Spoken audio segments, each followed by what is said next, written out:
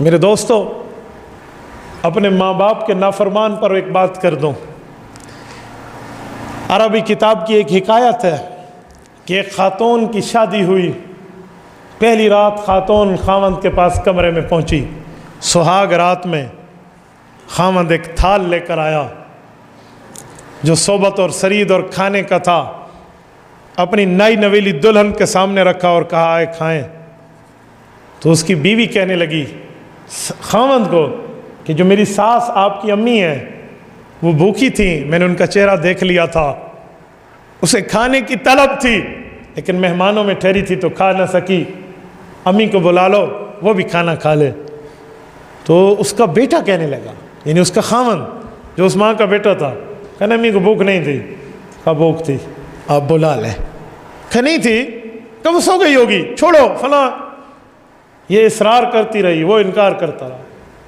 اس نے کہا وہ بھوکی تھی، بڑے دنوں سے ہمارے گھر آپ کا رشتہ لے کر آتی ہے، میں اس عورت کے درد دل کو جانتی ہوں، اسے بلا لو، 2 لقمے کھا لے گی۔ میں نے کہا چھوڑو یار، ماں کو کیا ہے، یہ بوڑھے ایسے ہی ہو جاتے ہیں۔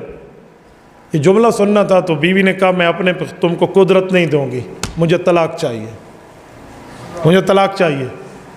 ہڈا پڑ گیا، شور شرابہ ہو گیا۔ انہوں نے کہا جی نہیں رہنا، میں نے، مجھے طلاق چاہیے۔ لڑائی ہو گئی، میکے والے آ گئے، اپنی بیٹی کو لے گئے، جرگہ بیٹھا، طلاق ہو گئی۔ اس خاتون کی ایک جگہ شادی ہوئی، اللہ نے اس کو اولاد سے نوازا، بچوں اور بچیوں سے نوازا، ماں باپ کے فرما بردار اولاد سے نوازا۔ ایک وقت آیا وہ ماں کو حج پہ لے گئے، یہ میدان عرفات میں جا کر بیٹھی ہیں، اور بیٹے ماں کو گویا نیچے پاؤں نہیں رکھنے دیتے، اس کی عزت کرتے ہیں، احترام کرتے ہیں، اور اس کا خیال بجا لاتے ہیں، احترام بجا لاتے ہیں۔ کھانے کا وقت ہوا تو یہ کھانا اکیلے نہیں کھاتی تھی، بچوں کو پتہ تھا کوئی غریب عورت اسے بلاتے، اس کے ساتھ بٹھاتے، کوئی غریب جا رہا ہوتا تو اس کے بچے اس کا منہ دھلواتے، اسے کھانا کھلاتے۔ اسی اسلام میں ایک شخص کو دیکھا پراگندہ بالوں سے، وہ ایک جگہ لڑکھڑاتا ہوا اور فضول قسم کے حرکات کرتا ہوا آ رہا ہے۔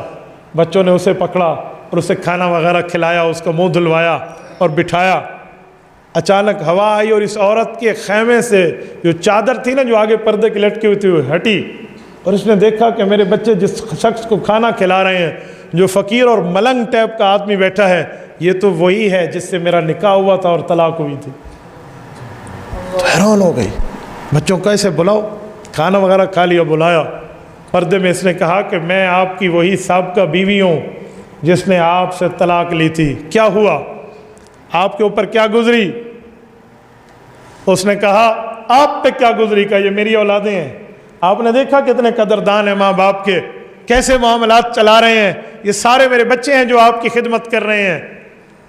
اس نے کہا میں تو ذلیل ہو گیا، میں برباد ہو گیا، میں نے ایک جگہ شادی کی، مجھے میری اولاد جو ملی بد نصیب ملی، انہوں نے مجھے مارا، کوٹا، ذلیل کیا، میری یہ ہڈی ٹوٹی، میری یہ ہڈی ٹوٹی، آج مجھے گھر سے نکال دیا، میں در در پھر رہا ہوں، اور میں بے سارا، بے سہارا، بے آسرا اور بے سہارا ہوں، بس میری قسمت بری تھی، تیری قسمت اچھی۔